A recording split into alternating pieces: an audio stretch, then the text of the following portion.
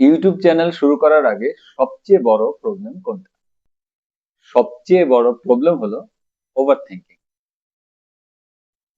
Over thinking number 6।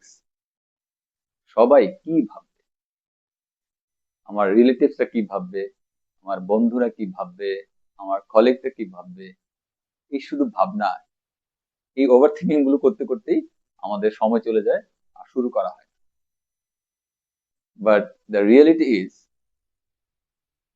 Most of the people are too busy with the own life. আর যদি কেউ জাজ করেও, লেট দেম ডু ইট। প্রথম দিকে এইসব ওভার থিঙ্কিং গুলো থাকবে।